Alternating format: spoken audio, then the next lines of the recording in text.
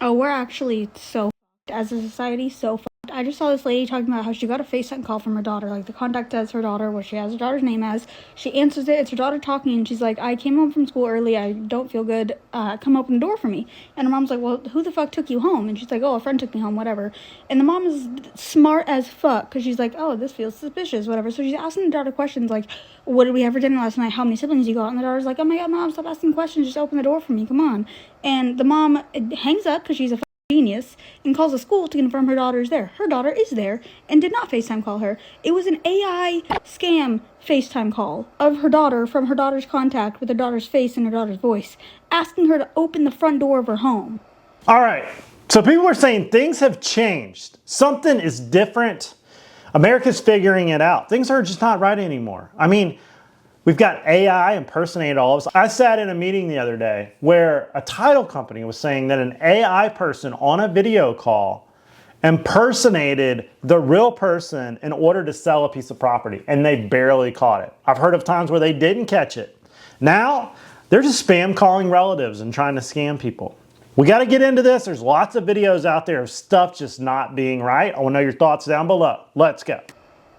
The amount of people that wouldn't have second guessed that would have been just like, oh, my kid came home early from school, I'm gonna go open the door for them. You guys, an AI FaceTime call, like, oh. I want to know, do you think she found out who was at the door? I think not. Great story though. What's your personal recession indicator? I ordered food last night. Opened the door, delivered by a white woman. I just saw a man snatch a purse this morning. A purse?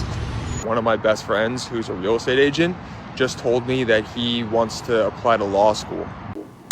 This is a real one. Work with a lot of real estate agents.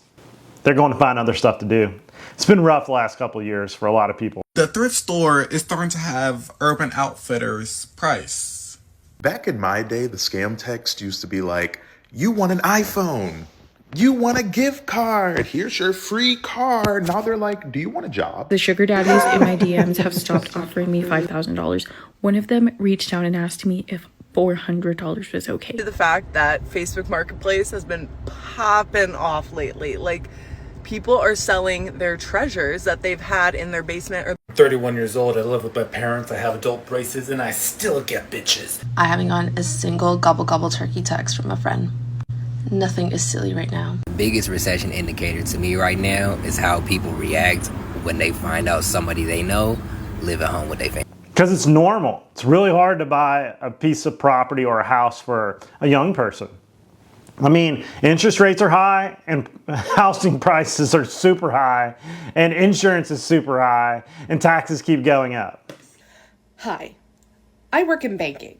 I have worked in banking for a very long time, and I have compiled a list of 7 things that I need you all to stop doing immediately, okay?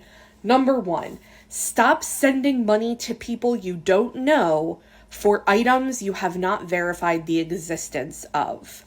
I work in the department that handles disputes, and I cannot even begin to tell you how many times per week we see disputes where someone's like, I thought I was buying something off Facebook Marketplace, but then as soon as I Zelled the money, they blocked me.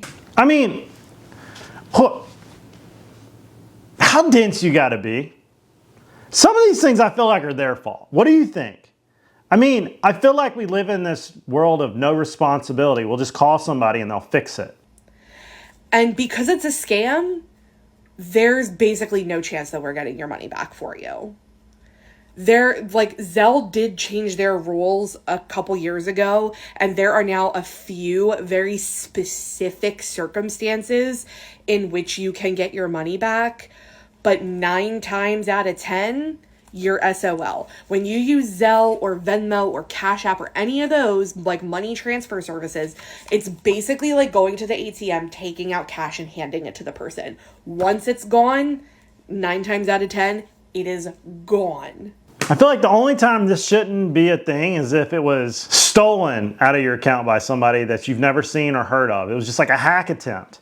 Not when like you were trying to buy something and it didn't work out very well. I don't know. Okay. If you're going through something, like if you're conversing with someone and you got a bad feeling, Trust that feeling, okay?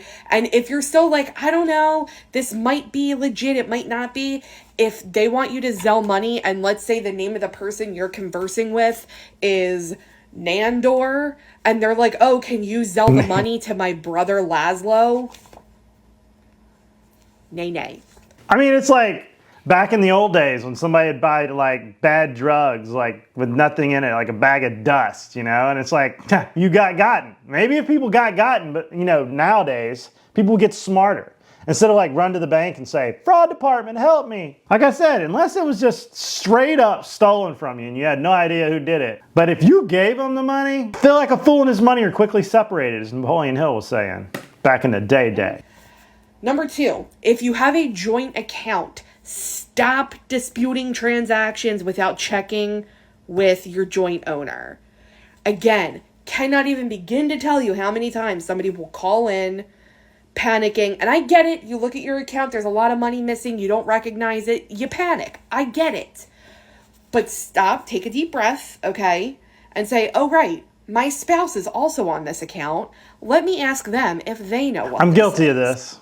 One time, little Jack had the remote control, and he was going like this on Amazon Prime.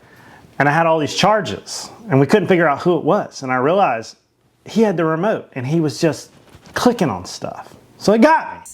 Because if it's something on your debit card, as soon as you tell us it's fraud, your debit card gets shut down immediately. And then if you call back a day or two later and you're like, oh, I checked with my spouse and actually they're the one that did it, okay, you still got to wait 7 to 10 business days for a new debit card in the mail.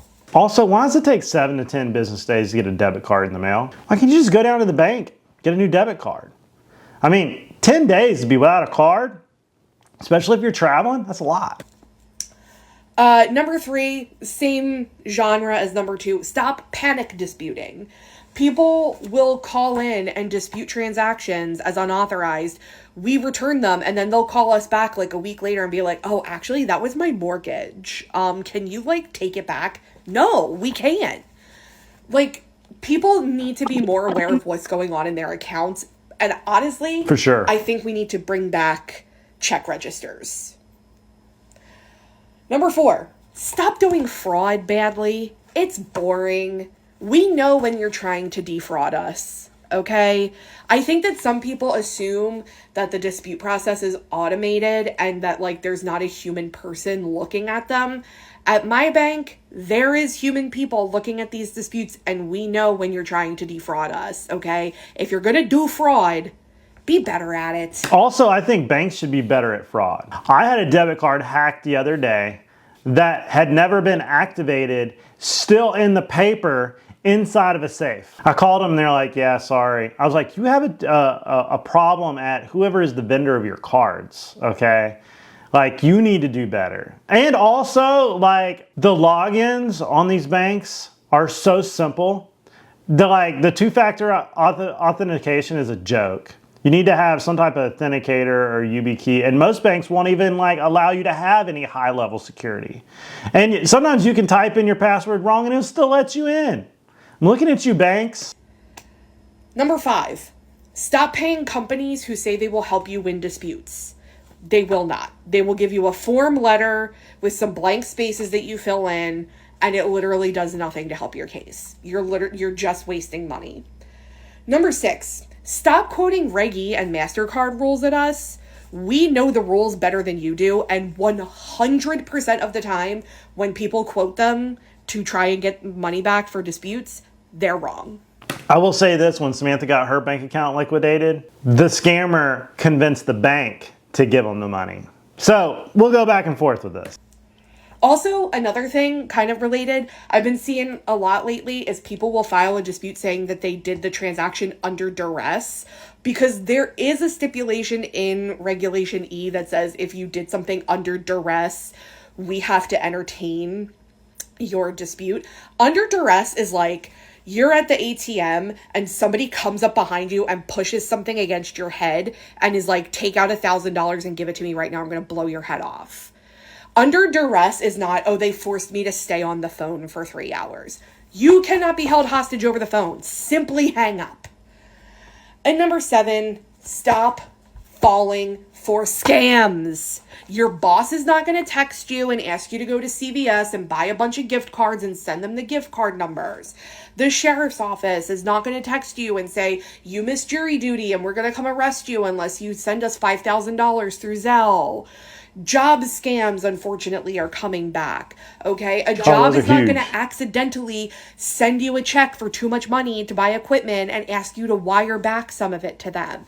That's not how that works, okay? Please stop falling for scams, because a lot of people falling for scams nowadays, it's not older people. It's people my age, millennials and younger, who are falling for... There's a few people that fell for the UPS scam the other day at where I work, and their debit card got shotgunned. And it's like, some of them are really good. I have a rule, if you call me, I'm not giving you nothing. I'm not clicking on nothing. People know better than to send me something with a link, okay? Not clicking on nothing, I'm not answering no questions. And banks, stop calling, okay? Y'all say y'all won't call, and then you call.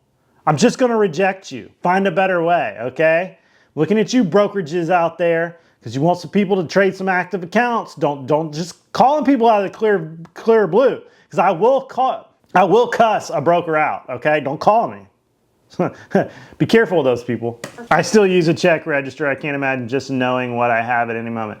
That only works with a small account. If you've got 6 or 7 bank accounts going, can't really do that. I have the notifications on my phone. Every time a card's run, it goes straight to my phone. So that's how I catch it. Stop falling for scams. I just never answer a call. I'm getting that way. For like real estate, email down below, way easier.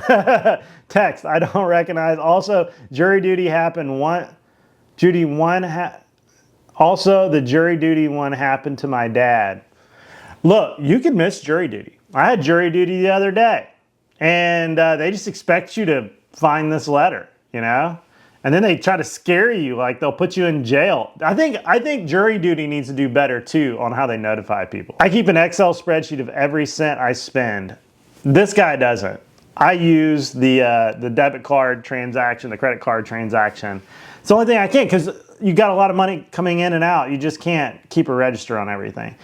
As for a friendsit account, heavy on the stop, don't fraud badly. Yeah, I'm sure they're getting really good at it, but also the fraud departments are terrible to work with at banks. They just assume you're guilty. Your taxes, you're going to be really stoked to learn how those taxes are being used. I just found an Iran spending war tracker, $52 billion, almost $53 billion that we have spent so far on this war. What it shows you is not only how much has actually been spent on that war to date, but what they could have spent that money on if they were really America first. 4 million children in childcare for a year for what we just pissed away on this war. 2.5 million veterans healthcare for a year. 1.7 million veterans housed for a year. 700,000 senior citizens for assisted living. And I don't know about you, but I'm seeing my parents get elderly, and I'm seeing a lot of people around them, their friends, that are needing that kind of assisted care. How the hell are they gonna pay for it when it's $9,000, $10,000, $12,000 a month? And our population is aging. How are we going to be able to keep up with that? Well, we didn't have to spend it on a war. We could have housed 6 million people. We only have 700,000 homeless people in America. So to put this in perspective, with that, just what we pissed away on that war, we could have housed every single homeless person in America 5 times over. Actually, it's more than that. Hold on. We could have housed every homeless person in America 8.7 times over. You just paid your when taxes, she hit the calculator, it was over. She knew. I mean, she's right. I mean, and that's just the tip of the iceberg. You factor Iran, then the Israel conflict with Lebanon, we're funding all that stuff. We've got Niger, Sudan, Venezuela, the Ukraine war we're still paying for, and we're still spending like $80 million a week or whatever to the Taliban. Congress do better, okay? But I think secretly they want to spend this money. Like they want to have this outflow so they can print more money. Like the velocity of money creation, the way it works, it's like they want us to blow money. And they don't want to fix our problems here at home. We have so many problems. I mean, we've got kids that don't have coats and can't eat, and schools that's got problems and roads with holes in them. But yet we got money to spend everywhere else. Always money for war and none for the poor, as I keep saying. And then I heard Mandami use that quote the other day, and I was like, nobody quotes Pac but me, okay? And then all of a sudden, people are quoting Pac. It's like bringing back Pac. I mean, he had some great sayings. But nobody was quoting him until I was quoting him. I'm just saying. Is it just me, or has anyone else noticed a massive shift in the last few years? I swear it's since COVID. I swear, which I think the entire universe has shifted since COVID. Like, everything feels different. Time is different. Like, something's going on. But I'm specifically talking about school. If your kids go to public school, I have 3 kids. My oldest graduated 2 years ago. My middle is a senior. My youngest is a sophomore. And I don't remember feeling like this, but I feel like their entire 4 years of high school, which has been like post-COVID, they have like not wanted to be there. They don't have any reason to feel that way. They have tons of friends. They're very social. They've never had any issues in school. They're in sports, like they're in activities, like they're very, like you wouldn't think that they would not want to be going to school, but they legitimately don't want to be there. It's almost like they are seeing the world differently than I did at their age. Like they don't see any value in it. They are learners. They love to learn. They would rather be at work all day. With my husband and I, who own our own business, or our neighbor who owns his own business, they'd rather start their own business and start working. It's like by the age of 14 or 15, my kids were like, kind of wasting a lot of time in this building.